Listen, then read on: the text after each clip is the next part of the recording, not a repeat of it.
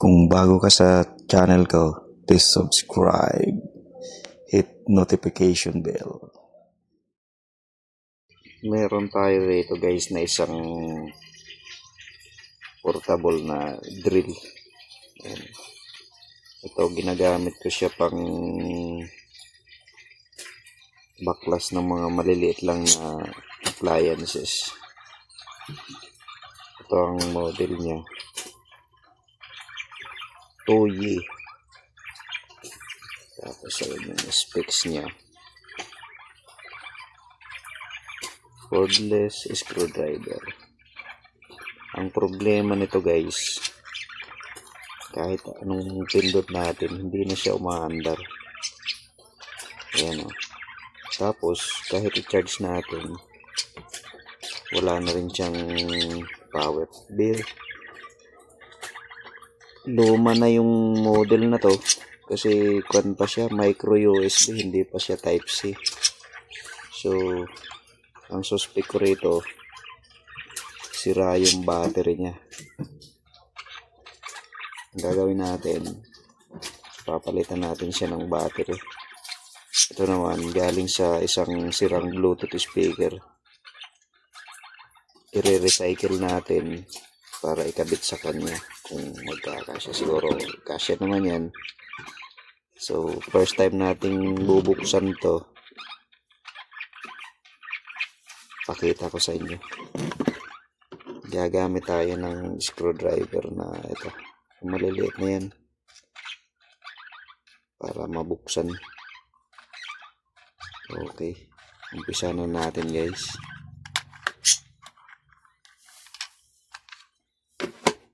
Eto.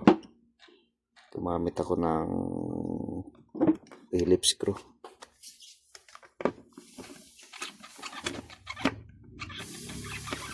Ayan. Tanggal ko na yung isang screw. Medyo maingay lang kasi may mga alaga kaming ibon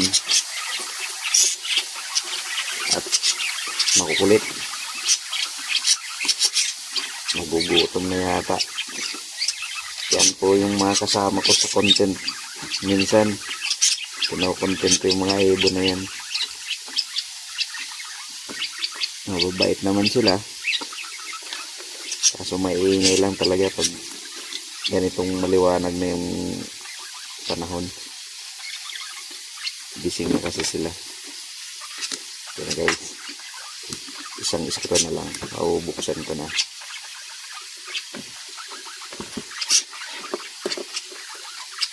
Okay.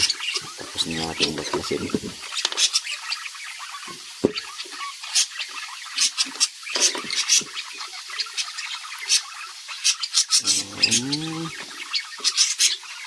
Mahirap siyang buksan. Ayun, buksan na guys.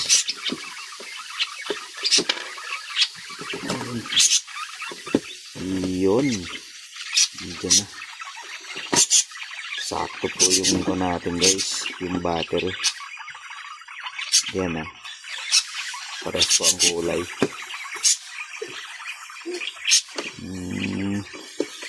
Ito na siya guys.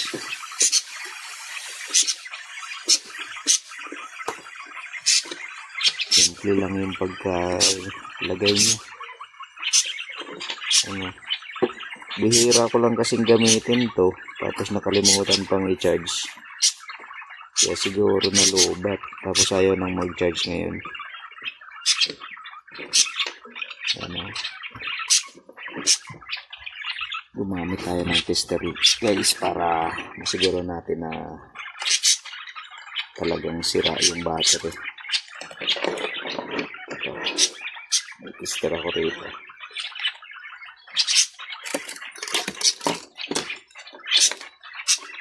Isit lang po natin siya sa 20 volts DC. Yan o. DC po yan, DC. Yan yung sign niya. Tapos testerin na po natin. Siyempre yung camera.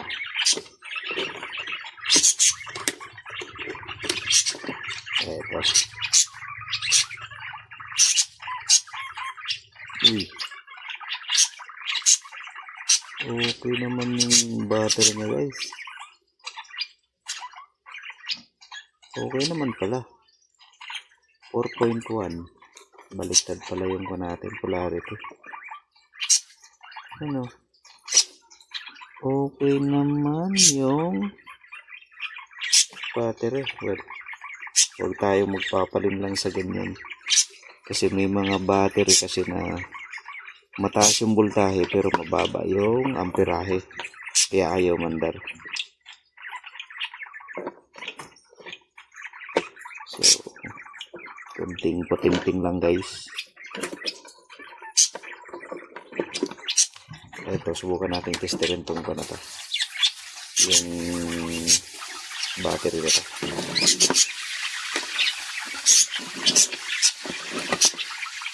Sabi muna natin itong na to. Pag nagtitester po ng battery, hindi po ibig sabihin na pag mataas yung voltahe, okay pa po siya. Meron pong mataas ang voltahe pero mababa yung amperahe. Kasi yung amperahe, yun po yung lakas ng battery. Hindi po yung volt. Merong mataas yung voltahe pero mababa yung amperahe. Hindi po hammer yan. Ito, nasa 3.0. Susubukan natin yan kung ilalagay natin. Subukan pa natin i-sister yung ibang parts niya.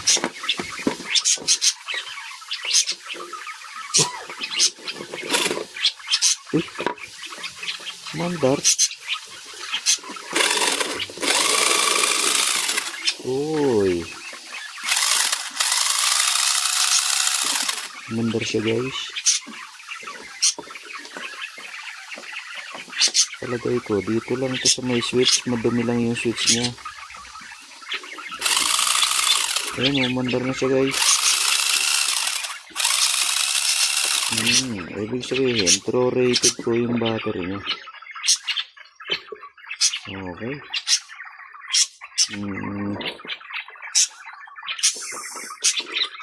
Yun wala na naman naglulus po yung switch niya.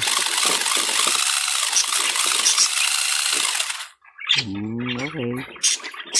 Problem solved na po yan guys. Ito lang pala ang sakit niya. Itong switch nito nag-lose contact lang. So dahil matagal nang hindi ginagamit, siguro kinalawang na, kaya hindi na siya mandar. Okay na guys, salamat. Ito lang pala ang sakit niya, lost contact yung switch. Okay na, asimbolin ko na ulit